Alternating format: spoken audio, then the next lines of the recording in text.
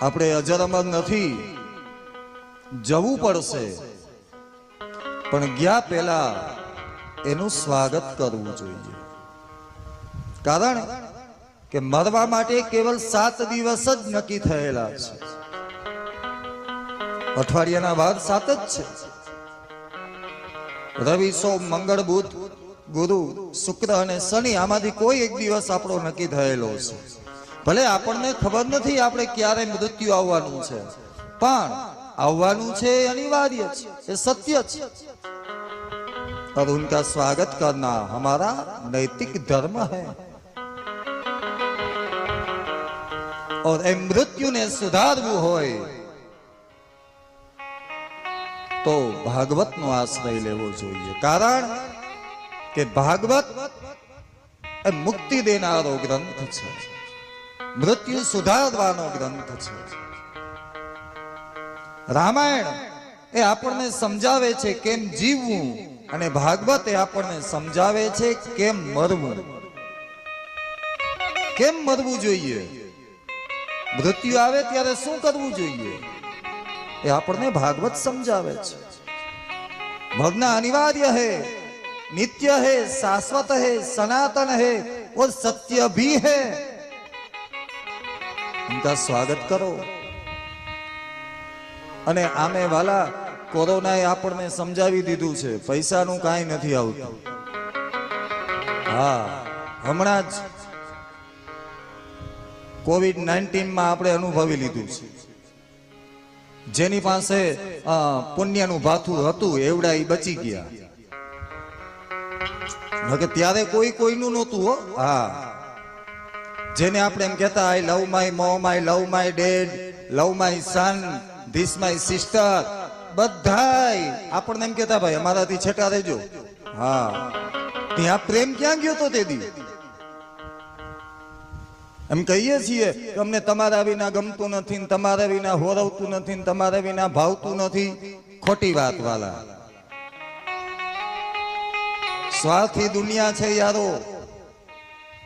યાવત જીવો નિવસતિ દેહે કુશલમ ગચ્છતિ તાવત ગેહે ગતવતી વાયો દેહા પાયે અને ભાર્યા બિભ્યતિ તસ્મિન કાયે. મૃત્યુ નજીક આવે ને વાલા અને ગુજરી જઈએ, શરીર પડી જાય ત્યારે યાદ રાખજો કોઈ કોઈનું નથી, કોઈ સાથે નથી આવતું. ધનાની ભૂમો પસવશ્ચ ગોષ્ઠે ભાર્યા ગ્રહદ્વારી જના સ્મશાને દેહશ્ચિતાયામ પરલોક માર્ગે કર્માનુભો ગચ્છતિ જીવ એકઃ. જ્યાં સુધી આ શરીરમાં પ્રાણ છે, જીવ છે, ત્યાં સુધી બધાય લોકો એમ કહેશે આઈ લવ, હું તમને પ્રેમ કરું છું. This my mom, this my dad, આ મારા બાપા છે ને આ મારો ભાઈ છે, આ મારી પત્ની છે ને આ મારા દીકરાનો દીકરો છે. આપણે એને હક પણ કરશું. જ્યારે શરીર પડી જશે, આ પંચતત્વના બનેલા પિંજરામાંથી જ્યારે જીવ નીકળી જશે ત્યારે કોઈ સાથે નથી આવવાનું. ધનાની ભૂમો, કદાચ કરોડો રૂપિયા કમાણા હું જમીનમાં ડાયટા હે તો ન્યા પડ્યા રહે. પેલા તો બેંક હતી નહીં ને ભાઈ, માણસો જમીનમાં દાટી દેતા. અત્યારે ઘણી જગ્યાએ નીકળે જ, ડેગડા નહીં નીકળતા. અને ઘણા એમ કેતા ગોર બાપા અમને સપનામાં ધન દેખાય, જોવડાવો આવે ત્યાં. હવે હું કાયમી એને એક જ સલાહ દઉં છું, જેની ડાયટું એને કામ ના આવ્યું તને શું કામ આવીએ, એની વાહે પડવાનું છોડી દે, ધંધો કઈ. હા, જેની ડાયટું એને કામ ના આવ્યું તને શું કામ આવીએ. ધનાની ભૂમો, દાટેલું જમીનમાં પડ્યું રહે, એમને બેંકમાં હે તો બેંકમાં પડ્યું રહે, ગમે એટલા વીઘા જમીન હે એમને પડી રહે, કાંઈ ભેરું નહીં આવવાનું વાલા. ધનાની ભૂમો વસવશ્ચ ગોષ્ઠે, દીકરાના તોલના બળદું હોય, ખેતીવાડી કરનારા પશુધન લોકો માટે. આપણે ઘેર ગાય બાંધી હોય, ભીં બાંધી હોય, ઈ ખીલે બાંધા રહી જાય. હા, 2 લાખની લેવા હો કે 2.5 લાખની લેવા હોય, ભીં તમારી ન્યા રહી જાય. બસવશ્ચ ગોષ્ઠે ભાર્યા ગ્રહદ્વારી, જેના માટે તમે રાત અને દિવસ મહેનત કરો છો, ઓવરટાઈમ કરો છો, એવડી પત્ની